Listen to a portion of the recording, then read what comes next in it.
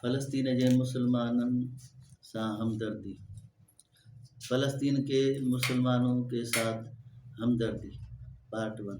اللہ تعالیٰ نے فرمایا انما المؤمنون اخوہ، ترجمہ سب مسلمان آپس میں بھائی بھائی ہیں۔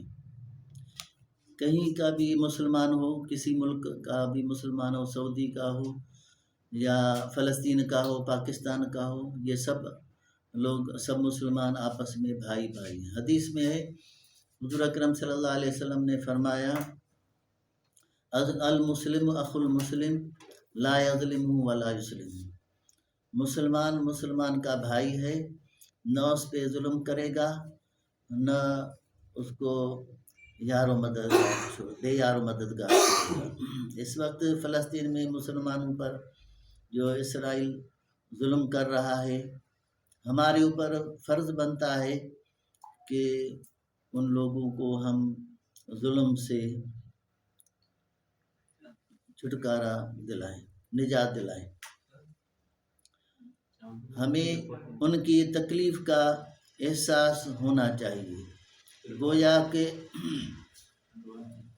وہ ظلم جو ان کے ساتھ کر رہے ہیں یہ ہمارے ساتھ ظلم ہو رہا ہے، اس کا احساس ہونا چاہیے۔ حدیث شریف میں حضور اکرم صلی اللہ علیہ وسلم نے ارشاد فرمایا المؤمنون کرجل واحد، یہ مسلمان مومن جو سب لوگ ہیں ایک شخص کی طرح، ایک جسم کی طرح ہیں۔ اگر سر میں درد ہوتا ہے تو پورا جسم بے قرار رہتا ہے، اس کو تکلیف ہوتی ہے۔ اگر آنکھ میں تکلیف ہوتی ہے، درد ہوتا ہے تو پورے جسم میں درد ہوتا ہے۔ اسی طرح ان مسلمانوں کی تکلیف کا ہمیں احساس ہونا چاہیے جو فلسطین میں ہے۔ شیخ سعدی رحمۃ اللہ علیہ نے اس حدیث کا ترجمہ اس طرح سے کیا ہے بنی آدم آزائے یک دیگرن ادھر آفری نشیز یک جوہرند، سب انسان یہ آپس میں ہر ایک دوسرے کا عضو ہے، اور اس لیے کہ پیدائش میں ایک اصل حضرت آدم علیہ السلام اور بی بی حوا سے ان کی پیدائش ہوئی ہے۔ اس لیے یہ لوگ جو ہیں آپس میں ایک دوسرے کے عضو ہیں۔ عضوے بدر داورد روزگار دیگر عضو ہارا نماند قرار، اگر ایک عضو کو تکلیف ہوتی ہے، ہاتھ کو یا پاؤں کو، تو باقی جو جسم ہے، باقی جو عضو ہے، ان سب کو تکلیف ہوتی ہے، بے قرار رہتے ہیں۔